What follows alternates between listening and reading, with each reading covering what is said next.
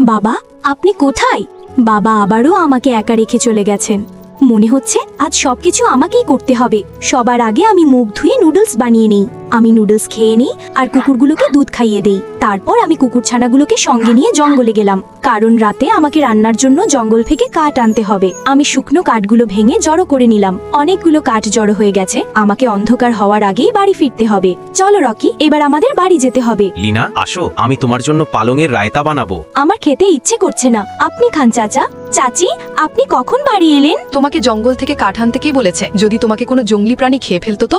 চাচি, বাড়িতে কাঠ ছিল না। মনে হচ্ছে লিনা আজ আমার উপর রাগ করে আছে। আমি লিনার প্রিয় চিকেন মোমো বানিয়ে দিই। লিনা, এই নাও তোমার প্রিয় চিকেন মোমো। ধন্যবাদ চাচা, আমার পেট ভরে গেছে। এখন আমি বাড়ি যেতে চাই। বাবা একা আছেন। আমি যখনই বাড়ি পৌঁছালাম, দেখলাম দরজা খোলা আর বাবাও বাড়িতে নেই।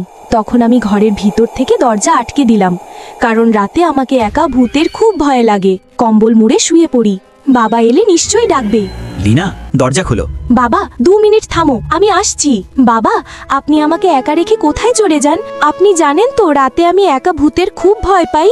লিনা, আমি ঘুমোতে যাচ্ছি। সব বন্ধুদের বলো যেন চ্যানেলটা লাইক আর সাবস্ক্রাইব করে। বন্ধুরা, আপনারা সবাই চ্যানেলটি লাইক আর সাবস্ক্রাইব করে দেবেন।